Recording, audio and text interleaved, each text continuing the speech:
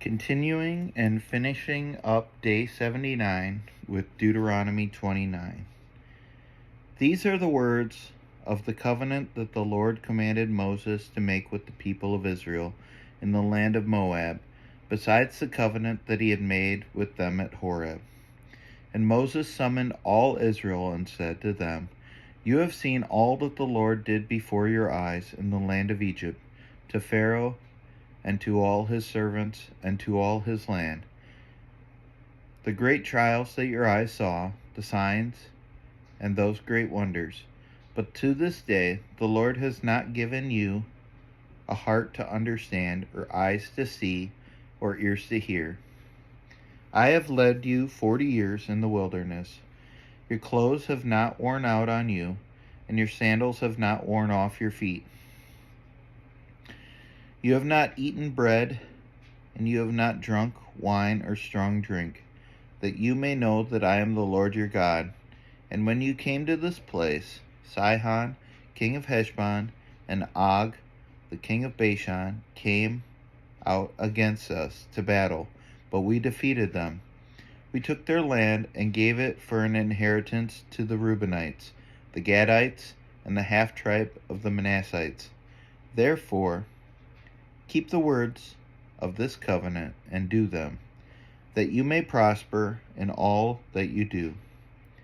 You are standing today, all of you, before the Lord your God, the heads of your tribes, your elders, and your officers, all the men of Israel, your little ones, your wives, and the sojourner who is in your camp, from the one who chops your wood to the one who draws your water, so that you may enter into the sworn covenant of the Lord your God, which the Lord your God is making with you today, that he may establish you today as his people, and that he may be your God, as he promised you, and as he swore to your fathers, to Abraham, to Isaac, and to Jacob. It is not with you alone that I am making this sworn covenant, but with whoever is standing here with us today before the Lord our God, and with whoever is not here with us today. You know how we lived in the land of Egypt, and how we came through the midst of the nations through which you passed. And you have seen their detestable things, their idols of wood and stone, of silver and gold, which were among them. Beware, lest there be among you a man or woman, or clan or tribe, whose heart is turning away today from the Lord our God, to go and serve the gods of those nations. Beware, lest there be among you a root bearing poisonous and bitter fruit, one who, when he hears the words of his sworn covenant, blesses him in his heart, saying, I shall be safe, though I walk in the stubbornness of my heart. This will lead the sweeping away of moist and dry alike.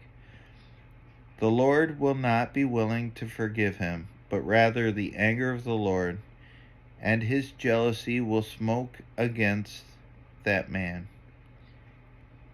And the curses written in this book will settle upon him, and the Lord will blot out his name from under the heavens.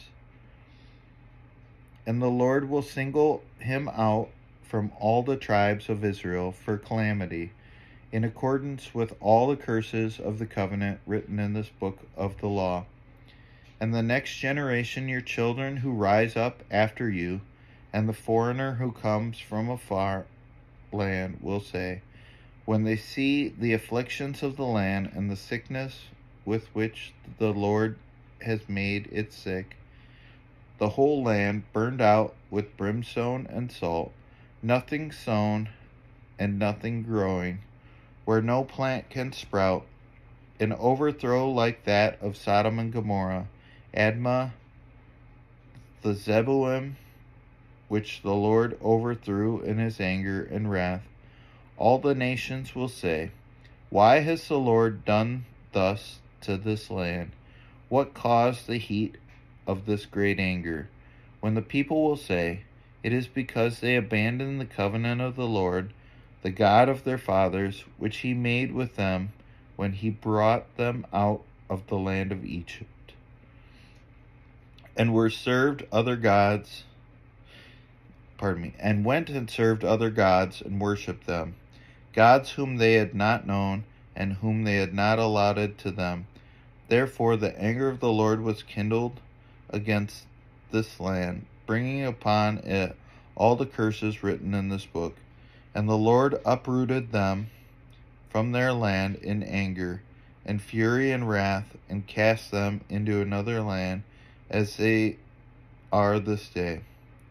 The secret things belong to the Lord our God, but the things that are revealed belong to us and to our children forever, that we may do all the words of this law.